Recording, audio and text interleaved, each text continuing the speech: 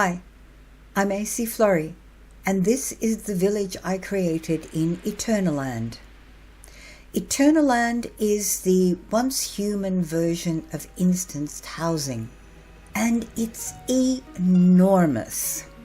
So big, in fact, that you can have up to 5 waypoints here. And if you have enough astral sand, you can create as many houses as you want, and they can be as big as you want.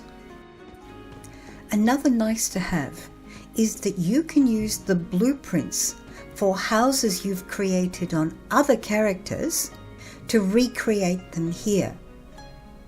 3 of my houses are from blueprints, the other 5 are new additions.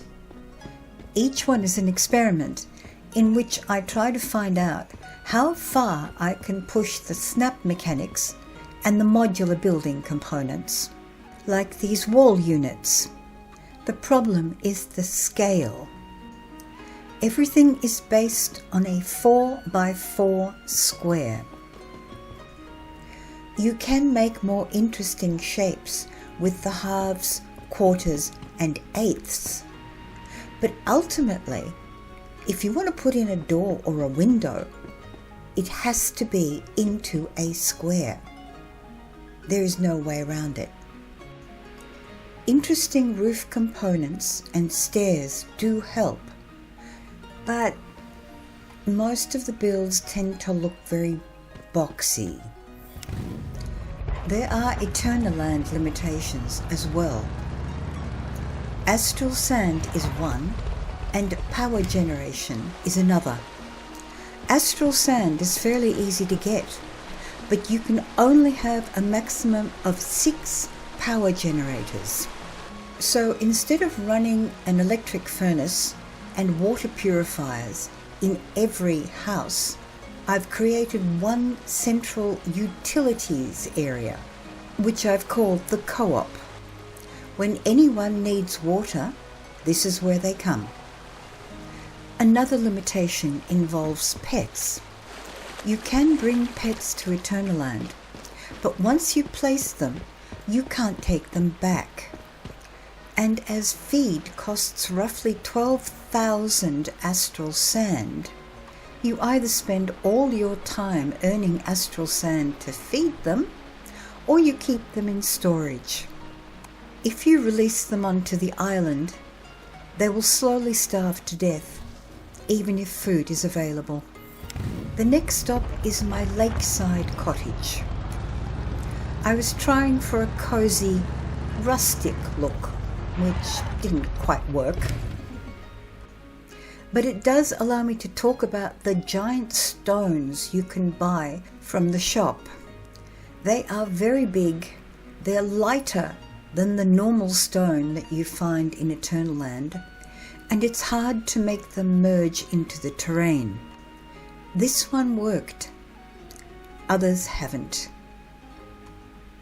And now from rustic to ultra-modern. I've always loved spirals and caves, and this next location allows me to play with both. Inside that tower of glass is the entrance to a huge cave system and a spiral staircase that leads all the way up to the main house, which is on 1 level. A shorter glass tower provides views to the sylvan landscape out the back.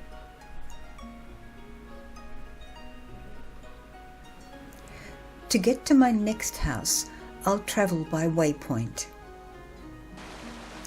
This house was originally designed for a flat cliff top, so getting it to fit on this terrain required quite a few modifications.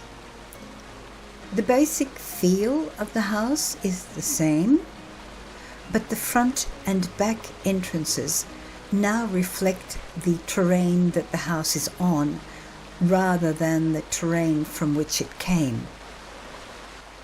The last 2 houses are on the other side of the instance, all the way over there.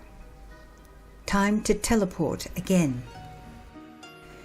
This house was originally located on the river near Rippleby and was connected to a workshop on the other side of the river by a bridge.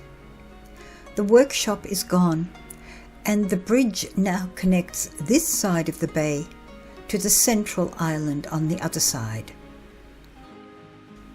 Time to teleport to house number 8. For this house, I wanted to see if I could make the foundations look as if they were walls. It sort of worked. Unfortunately, because the foundations have to sink at least partly into the ground floor is only to a height of 3/8, which makes the ceiling feel very low.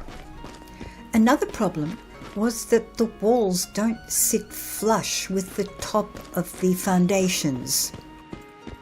For some reason, they always overhang a little bit, which is very annoying.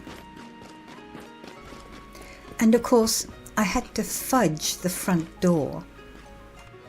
The end result is okay, but it would have been so much better if I could have, for example, put 2 foundations, one on top of the other, to give the illusion of one long column. And last but not least, there's the silence. If you listen very carefully, you can hear the sound of water, but what you won't hear is birdsong.